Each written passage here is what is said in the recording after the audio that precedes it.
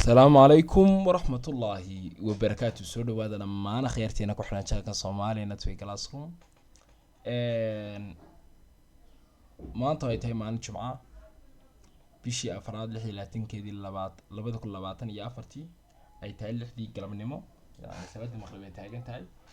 waxa aan insha Allah aynu diyaarin doonaa chorus loo yaqaan Nambi Mutual Chorus. Nambi Mutual Chorus kani waa mid kamid ah horta Nambi waxay tahay hoos weyn ku daadigi doona iyo waxaynu ka qaadan doonaa iyadoo dhameystiran laakiin faan guud ahaan hadaan ka siiyo Nambi waa mid kamid ah luqadaha Python-ta ah mid kamid ah library-yada luqada Python-ta ay leedahay maadaama luqada Python-ta ah Somali Network ahaan aynu ka soo diyaarinay dhowr library oo ciida ka badan sida library-yada luqada Python-ta ka diyaarin waxa kamid ah Tkinter baa kamid ah Beweb baa kamid ah SQLite baa kamid ah PDF handling baa kamid ah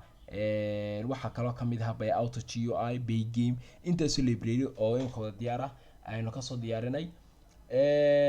waxaan jeclaystay mid kamid ah library luqada Python-ta ah taas oo u janjeedda dhanka data science ama data analysis-ka in aynu qaadano hadba leedmo marka Nambi Mutual baynu qaadan doonaa maxay tahay isoo shaqeysa iyo koorkeeda iyo waxaas ayna wada dhinaadaan marka introduction noqon doona videogan on data science-ka aynu ku baranto horta data science muxuu yahay aynu eegno data science-ku maadaama dhaan library-ga loo yaqaan Nambi waxa uu la xidhiidhaa data analysis ama data science-ka horta wayna barano horta muxuu yahay data science. Data science-ka qeexitaanka ugu fudud ee loo siin karaya waa inaanu dhahno waa mid kamid waa inaanu barano horta data science-ku waa branch of computer science waa qayb kamid ah computer cilmiga loo yaqaan computer science-ka ardayda computer science-ka marka data science-ku waa qayb kamid ah kaas oo waxa lagu baranayaa waxaan ku baranaa sidee loo kaydiyaa loo isticmaalaa loo analyze kareeyaa xog iyadoo laga soo saarayo macluumaad faa'iido leh inaynu xog analyze kareyno in xog markoodka aynu kaydino dabadna isticmaalno dabadna analyze kareyno si aynu uga soo saarno macluumaad xog dhameystiran oo faa'iido leh ayaa loo yaqaanaa data science. For example oo kale dawladdu maanta inay ogaato qofka magaciisa gurigiisa da'diisa inuu shaqeeyo aanu shaqeyn yacni dadka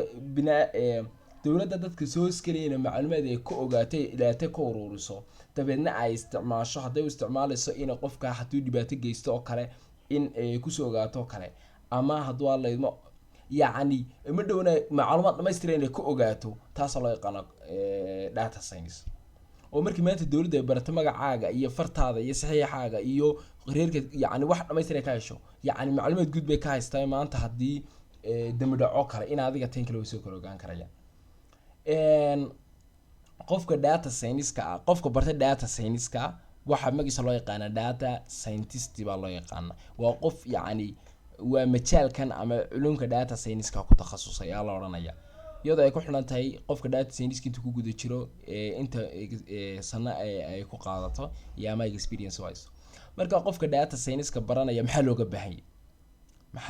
baahan yahay qofka data science-ka baranaya waxa looga baahan yahay ugu yaraan ilaa 8 tool inuu yaqaano ama 8 qaybood inuu Excel-ka ku yahay professional inuu ku yahay inuu sidoo kale Python-ta inuu iyadana ku yahay haduu leedmo professional iyo barnaamijka loo yaqaan R iyo Power BI iyo Tableau SQL-ka AlterYX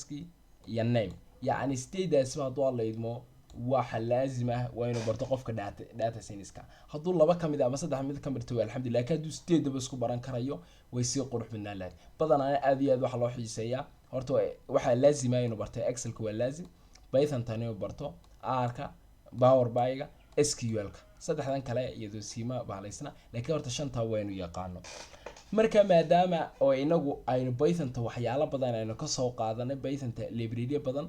inagu waxaynu baran doonaa library-yada luqada Python-ta ee ugu caansan ee data science-ka la xiriira sida tan marka data science-ka aynu joogno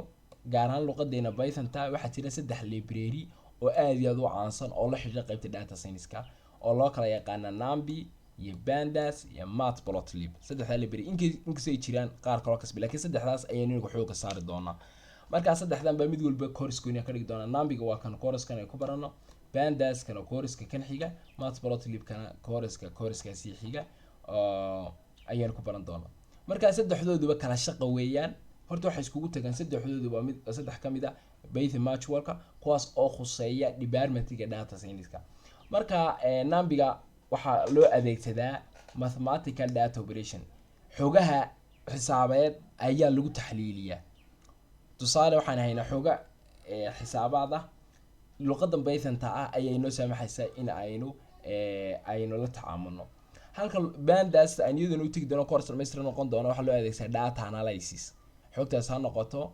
numerical or ama numerical ba ha noqotee. halka matplotlib-ka oo ah iyaduna mid kamid ah Python module-ka loogu sameeyo data visualization, yacni soo bandhigida xogta.